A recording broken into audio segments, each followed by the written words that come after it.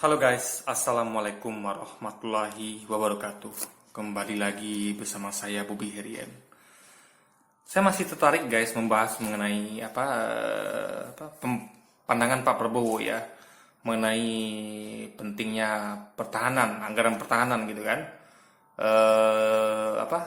Ya balancing lah antara anggaran pertahanan dengan ekonomi gitu. Jadi gini, saya tak kenapa saya punya pemikiran lain guys ya.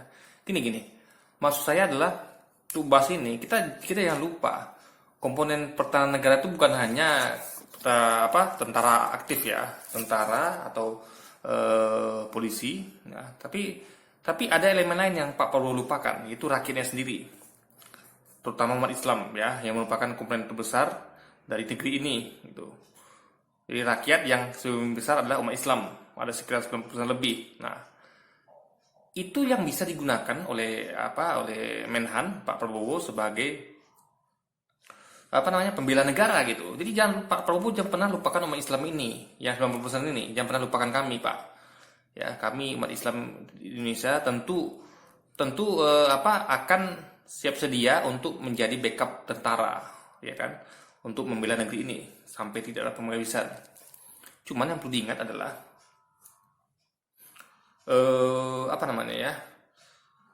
kita harus sejahtera dulu guys gitu, ya kan. Intinya adalah kita sebentar loh, kita break dulu ya, kita coba kita baca sejarah ya, bagaimana rakyat bisa menjadi kekuatan utama, bahkan bisa mengalahkan militer ya. Coba kita lihat kasus seperti kemarin waktu mau kudeta, militer mencoba mengkudeta Presiden Turki, ya kan, Erdogan. Itu bagaimana rakyat bisa menggagalkannya, guys. Rakyat menggagalkan militer itu ya, yang tidak kudeta bisa digagalkan oleh rakyat, gitu kan. Karena kecintaan mereka kepada Erdogan, gitu kan. Memang ada juga yang berhasil, juta militer yang mengkudeta pemerintah berhasil, ada juga kayak di Mesir itu kan. Al-Sisi mengkudeta pemerintah sah Muhammad Mursi gitu. Ya kan? Nah, lalu mungkin di Thailand juga mungkin ada militer berhasil menggulingkan kekuasaan gitu kan. Nah, cuman perlu diingat guys ya, itu terjadi ketika rakyatnya kalah, ketika rakyatnya lemah. Tapi ketika rakyatnya kuat ya, kalau rakyatnya kuat, militer itu tidak akan bisa komponen rakyat itu akan melebihi komponen militer, karena dari segi jumlah mereka lebih banyak. Mereka hanya tinggal memantapkan keberanian saja dalam hati gitu, ya kan.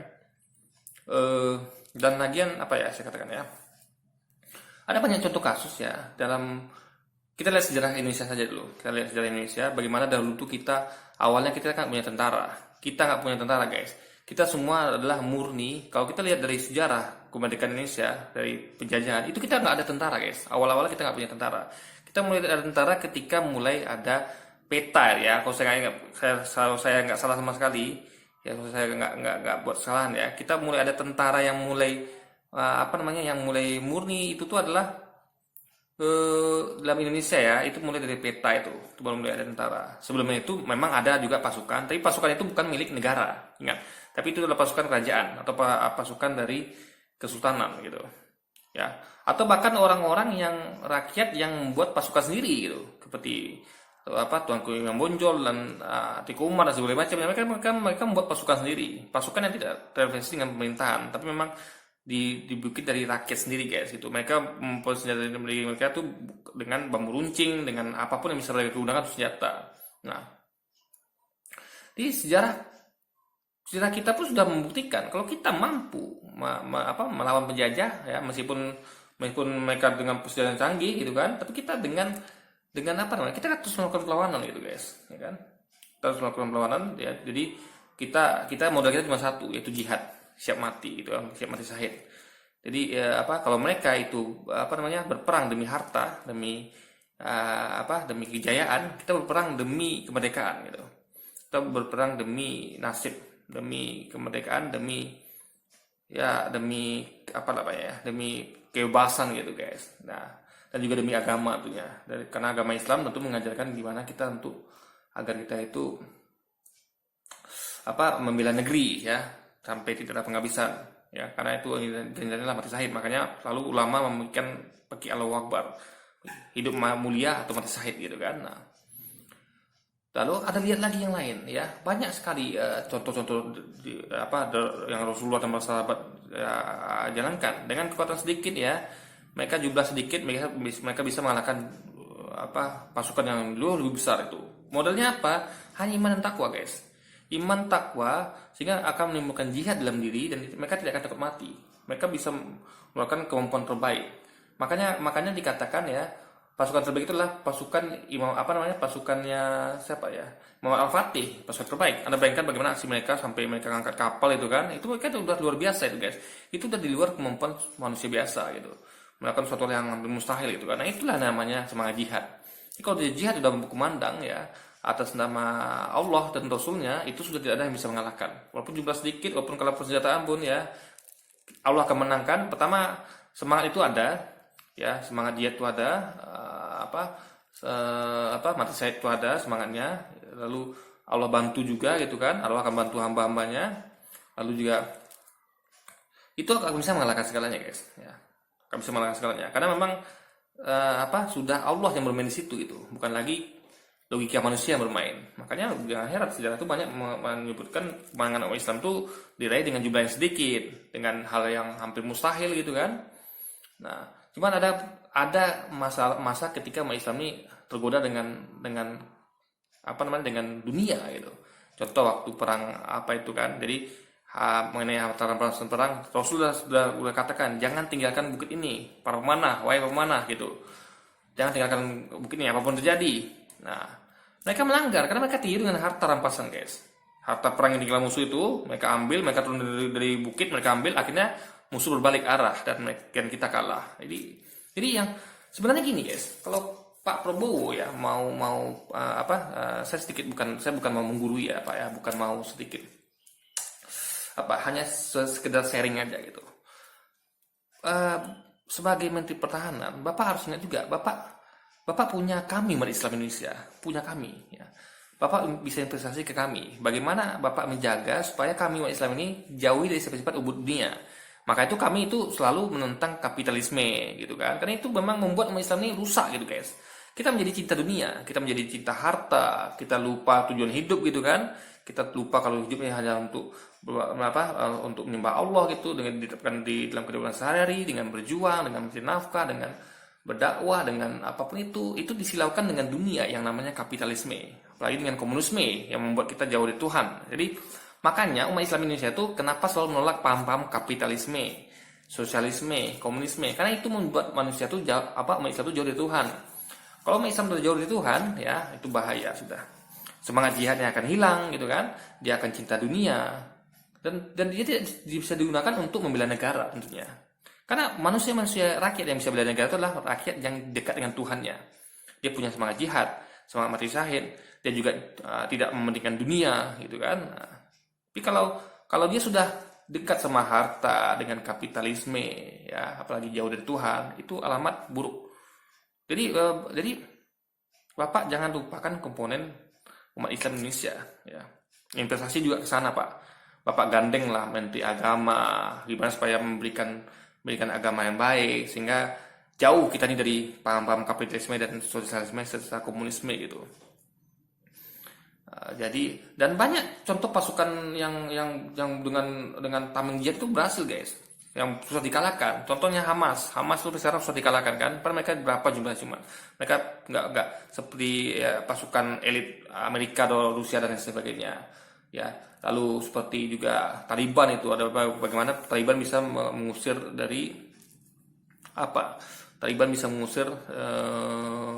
Rusia gitu kan. Itu kan hebat guys, karena mereka punya semangat jihad.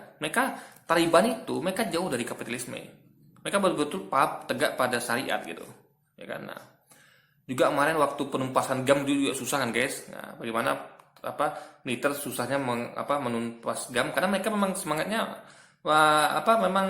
mungkin sebagian ada yang GAM itu yang melenceng ya, tapi kalau mereka yang benarnya itu, saya yakin mereka memang jihadnya karena Allah gitu guys ya. Bagaimana mereka ya, intinya itulah kekuatan jihad itu seperti itu guys. Pekikan bagaimana dulu umat Islam Indonesia berjuang lawan penjajah ya, sebelum adanya terbentuknya tentara, itu mereka dengan semangat pekikan jihad Allahu Akbar, Bung Tomo mendirikan itu, sehingga Dan ingat, komando itu ada di tangan ulama. Komando umat Islam ada di tangan ulama. Komando umat Islam itu bukan ada pada Panglima TNI atau Menhan, tidak. Komando, jadi jangan lupakan komponen umat Islam yang punya komando, garis komando itu di para ulama. Kalau ulama sudah meneriakkan, umat akan bergerak gitu guys. Nah itulah kenapa kita bisa melawan penjajah, karena ada seruan dari ulama gitu, bagian takbir dari ulama. Nah, gitu guys. Jadi untuk mempertahankan negeri kita ini dari penjajahan atau dari asing gitu kan, tentara pertahanan harus kolaborasi dengan umat Islam. Karena jumlahnya memang mayoritas 90% lebih. Dan kedua, ya kan, dengan misal kalah jumlah pun mereka bisa dipergunakan. Dan mereka tentu itu jasanya gratis ya. Kalau misalnya Pak Prabowo itu meng-hire atau merekrut tentara, itu kan ada cost-nya. Belum lagi misalnya peralatan tempurnya, pesawat, kapal, semuanya itu kan ada cost-nya. Harus ada cost untuk membiayai per bulan, per tahun gitu kan. Ada cost pembiayaan, ada cost apa lagi itu, perawatan, cost semuanya lagi itu kan, rutin dan tidak rutin.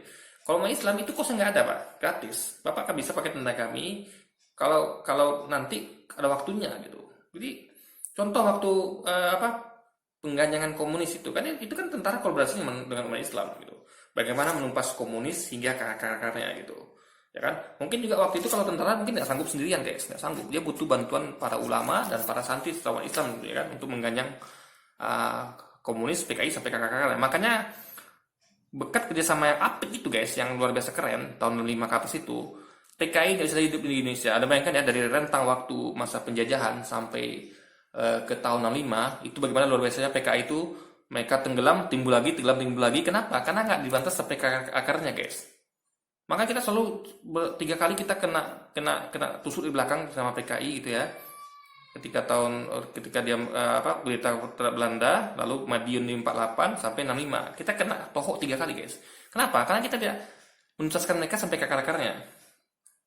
Ya kan? Nah, tahun 65 berkat kolaborasi TNI dan umat Islam tentunya, kita bisa mengganjang mereka sehingga akar-akarnya, sehingga kita hidup damai, aman sampai tahun ini guys. Meskipun sekarang udah mulai lagi muncul gejolak gitu kan, karena mereka Pak Harto udah nggak ada ya, Pak Harto udah nggak ada, karena memang Islamnya memang butuh seorang pemimpin seperti Pak Harto yang bisa menyumbat saluran komunisme sehingga tidak bisa lagi muncul kayak sekarang ini kan. Sehingga kan lihat sejak zaman reformasi kan mereka sudah mulai muncul guys, aroma-aromanya, tanda-tandanya.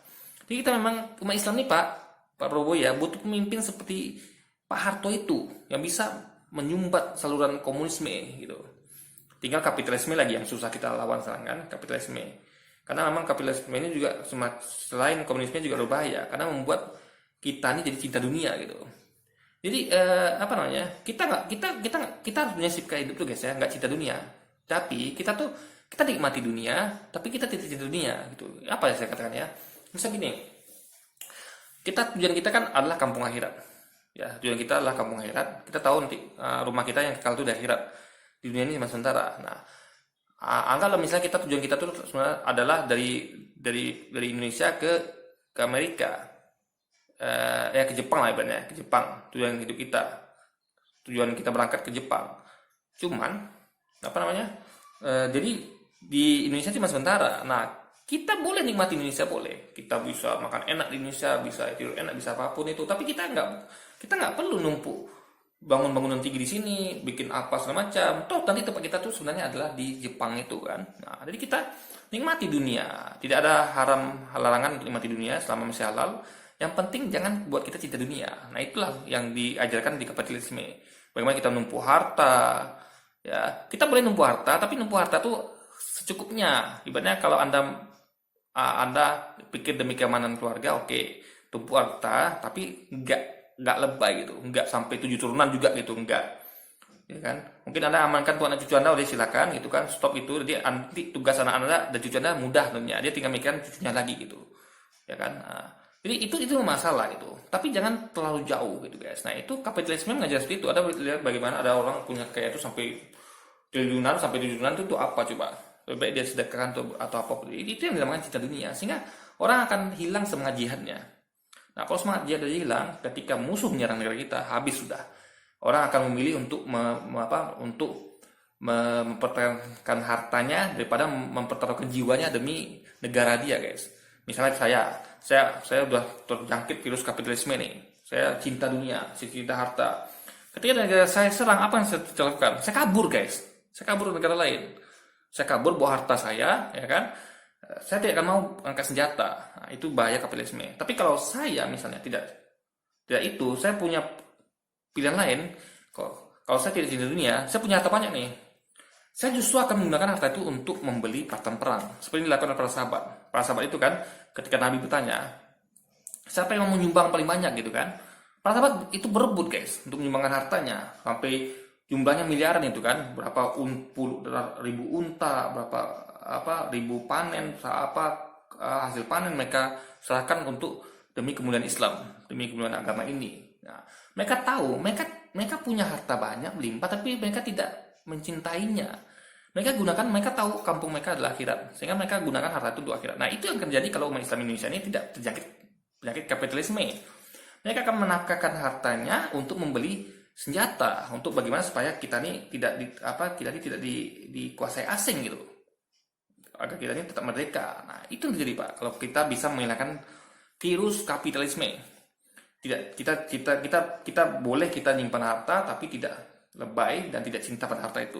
Harta digunakan untuk akhirat.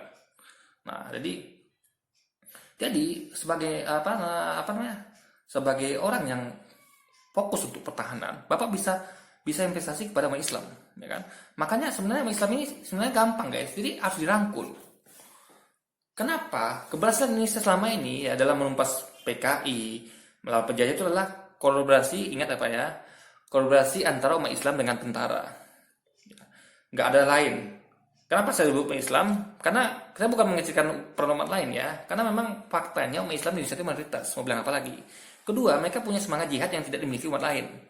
Ya, jihadnya memang betul-betul karena agama gitu. Agama lain kan tidak mengajarkan jihad. Ada nggak agama lain yang mengajarkan kalau membela agama atau negara atau mati saya? Tidak ada. Soalnya nggak ada, guys. Cuma Islam yang ada gitu. Ini adalah poin plus Islam itu, Pak. Sebagai umat Islam, poin plus ajaran Islam itu. Bela negara, mati syahid, bela agama mati syahid itu ada ajaran Islam. Itu adalah suatu hal yang bagus untuk dikelola karena memang itu modal. Jadi kita selama ini sejarah mengajarkan kita melawan penjajah, menumpas PKI itu kolaborasi tentara tuh butuh dan selalu berkolaborasi dengan umat Islam. Ya. Makanya ketika Bung Karno dulu menyatukan nasional berhasil karena di situ ada komponen nasionalis yaitu tentara ya, apalagi itu agama yaitu umat Islam itu, Pak. Dan satu lagi komunis. Nah, kan komunis itu kan dibuang, nggak cocok. Yang cocok itu tinggallah nasionalis agamis. NASA-nya aja, guys, yang komnya dibuang. Jadi kalau kemarin Bung Karno itu dia Soekarno itu menyatukan NASA aja itu cocok, nasionalis agamis. Buang komunisnya, itu Indonesia akan berjaya. Ya, tapi salahnya dia menyatukan nasionalis agama dengan komunis gitu. Nah, itu salah besar. Apalagi nanti masuk kapitalis, kita hancur lagi, guys. Apakah bukan hancur ya, sama aja gitu. Karena umat Islam kalau sudah dirasuki dengan virus kapitalisme, cinta harta, cinta dunia, udahlah. Semangat jihadnya akan hilang. Dia akan menjadi umat yang lemah gitu kan. Kita bisa lihat banyak contoh bagaimana umat Islam itu menjadi lemah ketika mereka itu sudah gila harta, mereka melakukan korupsi, mereka melakukan segala cara gitu kan. Nah, tapi kalau mereka sudah menjadi jiwa-jiwa yang membenci kapitalisme, mereka menjadi umat yang terbaik. Mereka akan menjadi manusia yang terbaik, yang punya semangat jihad untuk membela negara, sehingga Pak Prabowo bisa pakai mereka untuk mempertahankan negeri ini bersama kolaborasi dengan tentara. Dan ingat, komando mereka itu ada pada ulama, bukan pada Menhan atau pada Panglima TNI. Tapi ada 2 komando, guys, garis komando di Indonesia. Garis komando ulama dan garis komando dari pertahanan negara. Nah, jadi itu, guys. Jadi Bapak harus memikirkan Pak Prabowo harus memikirkan bagaimana supaya Islam ini sejahtera, jauh dari sifat-sifat kapitalisme, komunisme, dan juga yang merusak akhlak lainnya. Makanya perlu pendidikan agama terus dimasukkan, guys. Ya, harus diperbanyak gitu. Karena itulah membuat Islam ini akan menjadi orang-orang yang berislam dengan total gitu. Jadi mereka akan menjauhi sifat-sifat buruk gitu, akhlak-akhlak yang buruk, yang merusak, tentunya merusak iman mereka, merusak semangat jihad mereka. Bagaimana bisa mereka punya semangat jihad kalau mereka itu dicoki dengan narkoba tiap hari, dengan cinta dunia, dengan adanya peluang korupsi, ya kan, adanya manipulasi dan segala macamnya, tidak tegaknya hukum, tidak tegaknya keadilan, ya kan. Dan ingat, kalau kita tidak sejahtera, ya, itu komunis akan gampang masuk ke sendi-sendi. Mereka akan kembali dengan paham sosialisme. Kalau mereka mengatakan apa namanya, mereka akan ngelu domba kita gitu. Mereka akan mudah masuk ke dalam rakyat yang ekonomi sulit, guys. Jadi yang perlu dibenahi dalam pertahanan itu sebenarnya bukan fokus pada persediaan pertahanan tempur saja, bukan fokus pada personil tentaranya, personil dan alat militernya saja, enggak. Ini bukan dulu masalah anggaran pertahanan aja, Pak. Tapi bicara mengenai pertahanan negara, itu juga ngomong mengenai rakyatnya. Ya, komponen terbesarnya adalah umat Islam. Itu yang harus diselamatkan dari ideologi menyimpang seperti komunis, kapitalis, apalagi yang merusak itu narkoba, korupsi, dan segala macamnya. Sehingga mereka ini bisa menjadi kolaborasi dengan indah dengan TNI untuk menjaga negeri ini. Bersama-sama, yuk kita jaga negeri ini, ya, umat Islam Indonesia manapun Anda berada, ya, kita harus berjuang terus, dakwah kita harus tetap sampaikan, ingatkan umat kalau kita harus jauhi sifat-sifat materialistik, kapitalis yang membuat kita cinta dunia, jauh dari semangat jihad, dan juga kita harus jauhi komunisme, ya, dan terus berdakwah, terus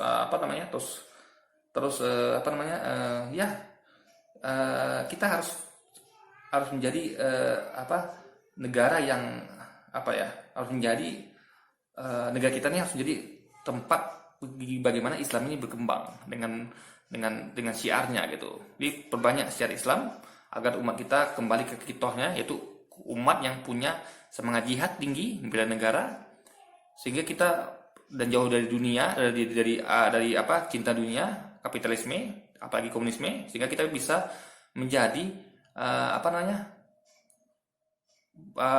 teman mitranya tentara, guys, untuk membela negeri ini. Karena tentara butuh kita. Ingat, tentara butuh kita. Karena rakyat itu adalah komponen kedua setelah tentara. Jadi kalau tentara maju di depan, kita di belakang gitu. Nah, nanti ketika sudah masuk dalam negeri, otomatis nggak ada lagi tuh mana tentara mana rakyat, nggak ada. Semuanya tentu, misalnya daerah saya diserang nih, ya kan, otomatis saya nggak mungkin nunggu tentara dong, ya kan. Nah, kalau saya punya semangat jihad tinggi, saya akan, belum tentara datang saya sudah maju duluan gitu. Tapi kalau saya sudah tidak punya semangat jihad, saya sudah cinta dunia, kapitalisme, apalagi komunisme, saya akan kabur, membawa harta saya semuanya gitu. Atau bahkan saya mungkin seperti Cicunguk dulu, ya, waktu Belanda itu akan kolaborasi dengan menjajah, dengan menjadi menir atau menjadi apa gitu kan, dan malah jadi pengkhianat bangsa dengan